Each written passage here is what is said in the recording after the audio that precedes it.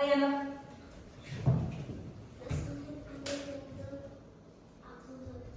Aqldı. Жақсы, тағы да берген шығарма бойынша қарап көрші. Тағы қандай деп сипаттады бізге Ахметті? Қарап. Сен жауабы дұрыс. Кім толықтырам дейді? Раяна отыра ғой. Аймен бірінші көтерді. Жас Ахметтің қандай болды? Ақылды, зерек, және алғыр. Отыр. Жақсы. Келесі сұрақ.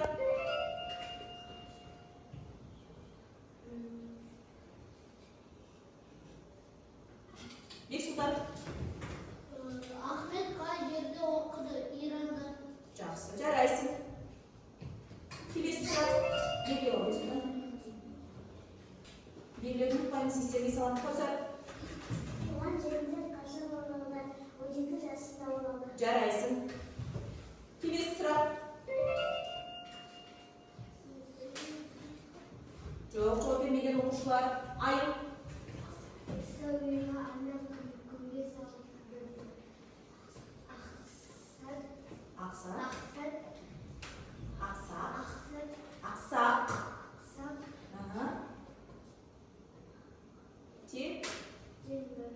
Жақсы. Сендірек жауап берайын. Келесісі.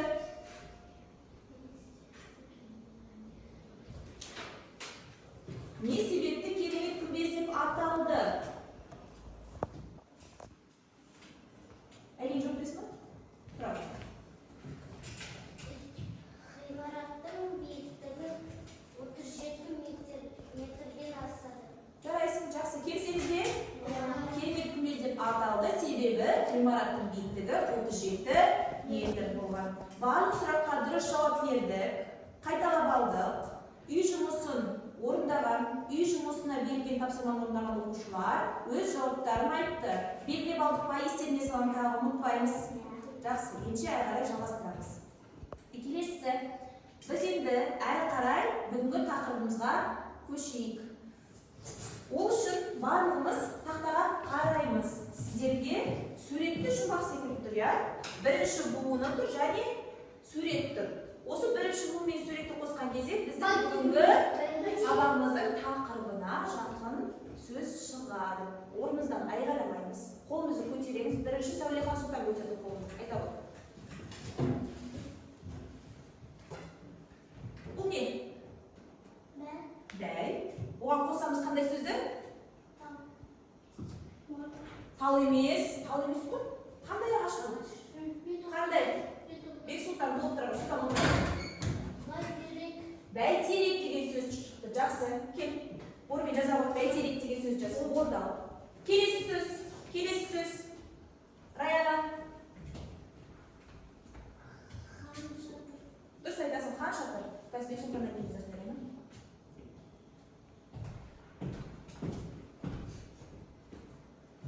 Оқушылар жазғанша маған қараймыз. Бізде шықты бәйтерек және хан шатыр деген сөздер. Бұл сөздердің мағынасын түсініп тұрмыз ба? Бұл не? Бәйтерек деген не? Бәйтерек Астана қаласындағы ненің символы? Астана қаласының символы. Жақсы. Айта ғой. Және ол бәйтерек Астана қаласында орналасқан. Дұрыс айтасың.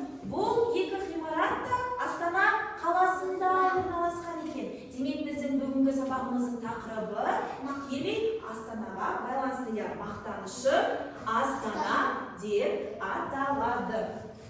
Ендеше бүгінгі күнді жазып қоямыз. Қарашаның 27-сі тақырыбымыз мақтанышы Астана.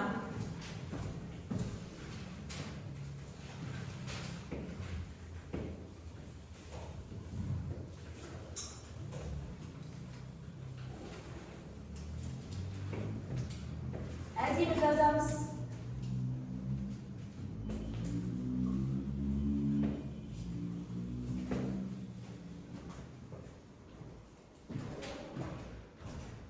Ендіксі. Айып.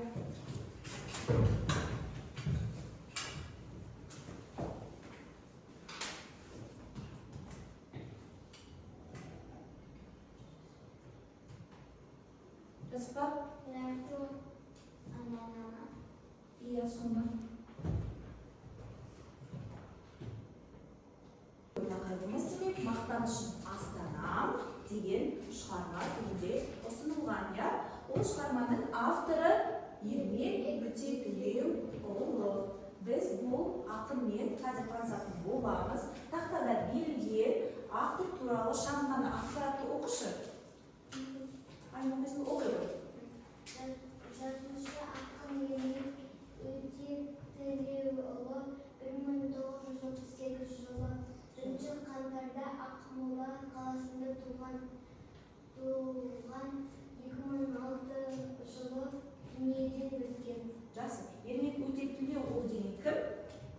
Ақын жазушы. Жақсы. Енді бізге осы ақын атамыздың ұсынып отырған мақтанышым Астанам деген шығармасымен жақынырақ танысатын боламыз. Барлығымыз оқулығымызға қарайықшы. 99-шы бет оқулықтағы шығармаға назар аударамыз. Шығарманың атауы қандай? Мақтанышым Астанам. Ал енді осы шығарманың біз бірінші қандай түрде екенін қазір талдаймыз. Алдымен бірінші мен өзім сіздерге оқып беремін. Одан кейін қатардан әрбір оқушы тізбектеп оқитын болады. Оқыған кезде дауыс ырғағына даусымызды шығарып өтеміз, жарай ма? Ең бірінші мен оқып беремін. Тыңдаймыз, саусақтарыңды қой, алғашқы жолға. Оқулықты жатыңдар, алыстатпа. Қара. Мен бірінші оқып беремін, иә? Ішімізден елмен ілесіп отырамыз. Сұлтан, оқуымды түсір. Тыңдаймыз. Мақтанышым Астанам. Алтын арқа даласы, жасыл есік жағасы, қанат жайып құлпырған, аспаны ашық қаласы. Болашаққа бастаған, шарықтайды асқаған, елордасы отанның, мақтанышым Астана. Қызу еңбек қайнаған, алып құрылыс айналап, ғимараттарға жайып, шоқтығындай байдалап. Батыс, шығыс сергері үйлескендей көрінеді. Астана алып көрмесі, әсем сәулет өнері. Түсінікті болды ма? Битақ сөздер бар ма? Біздің ауызекі күнделікті қолданатын сөздер, я, барлығы. Ал енді қазір өздеріңіз тізбектеп оқисыздар. Мен оқушылардың есімдерін атап отырмын, я. Саусағымызды қоямыз. Әлі саусақты алып айтқан жоқпын, я? Жақсы. Бірінші қатардан бастайық. Расул, даусыңды шығар, нақты, тыныс белгілеріне тоқтаймыз, ұмытпаймыз. Бастайық. Алтын арқа даласы, жасыл есік жағасы, қанат жайып құлпырған, аспан ашық қаласы. Болашаққа бастаған, шарықтайды асқақ ән, ел ордасы отаным, мақтанышым Астанам. Раяна. Қызыл еңбек қайнаған, алып құрылыс айналған, ғимараттарға жайып, шоқтығындай байдалап, батыс шығыс сергері үйлескендей көрінеді. Астана алып көрмесі, әсем сәулет өнері. Көсір. Алтын арқа даласы, жасыл есік жағасы, қанат жайып құлпырған, аспаны ашық қаласы. Болашаққа бастаған, шарықтайды асқаған, елордасы отан, мақтанышым Астана. Қызыл еңбек қайнаған, алып құрылыс айналған, ғимараттарға жайып, шоқтығындай байдалап, батыс шығыс зергері үйлескендей өнері. Астана алып көрмесі, әсем сәулет өнері. Алтын арқа даласы, жасыл есік жағасы, қанат жайып құлпырған, аспаны ашық қаласы. Болашаққа бастаған, шарықтайды асқаған, ел ордасы отаным, мақтанышым Астана. Қызыл еңбек қайнаған, алып құрылыс айналған, ғимараттарға жайып, шоқтығындай байдалам. Батыс шығыс зергері үйлескендей өнері. Астана алып көрмесі, әсем сәулет өнері. Жақсы. Бізге берілген шығарманың атауы қандай? Мақтанышым Мақтанышым Астанам. Тақырыбы. Енді бұл шығарманың жанры қандай? Жанр. Ертегі ма? Ертегі емес не? Өлең жолдары. Бұл өлең жолдарында қанша шумақ бар? 4 шумақ. Қанша шумақ? 4 шумақ. Қолымызды көтеріп жауап береміз. Ай, Бұл өлеңнің төрт шумақтан тұрады. Жақсы. Қанша тармақтан құралған? Тармақ дегеніміз не бірінші? Жолдары, өлеңнің жолдары. Жақсы. Басқа жауап бермеген оқушылар? Жоқ, ай емес. Расыл, қанша тармақ? Оның ішінде 16 тармақ болады. Райсын, 16 тармақ. Яғни әрбір өлеңнің жолы бізде тармақ деп аталады. Жақсы. Ал енді бұл өлең жолдарында не туралы айтылған? Астана туралы. Астана туралы бізге не жеткізгісі келіп тұр автор? Астананың қандай қала дейді? Әсем. Қол көтеріп. Бексұлтан. Әсем қала деп автор айтты. Сипаттайды, иә? Жақсы. Тағы қандай дейді? Сұлтан қандай дейді? Астананың қаласы үлкен. Өте үлкен. Жарайды. Жақсы. Сұсып.